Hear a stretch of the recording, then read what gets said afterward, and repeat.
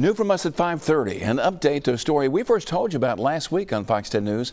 A Fairhope man has been jailed for almost a month on what his lawyer called a misunderstanding. But a different story played out in court today. Fox 10 News investigative reporter Brendan Kirby was there. He now joins us live. And Brendan, tell us what happened. Well, Byron, instead of releasing Vernon McCovery Jr., Baldwin County Circuit Judge Jody Bishop revoked the defendant's probation and ordered him to serve 2 years in prison on the original drug charge.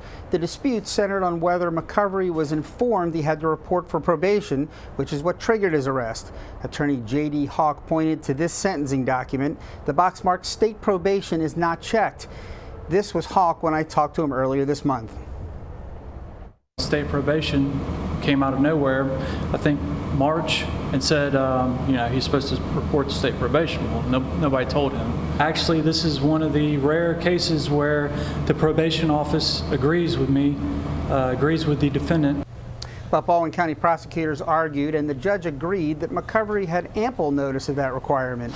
A state probation officer testified that he originally had agreed to try to have the arrest warrant recalled, but he testified that after reviewing the records, it's clear McCovery knew or should have known that he was required to report.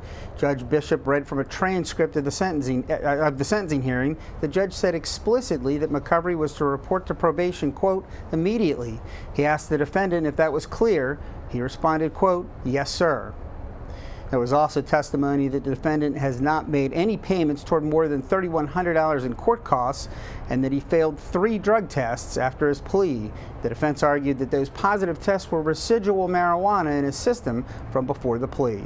Reporting live, Brendan Kirby, Fox 10 News.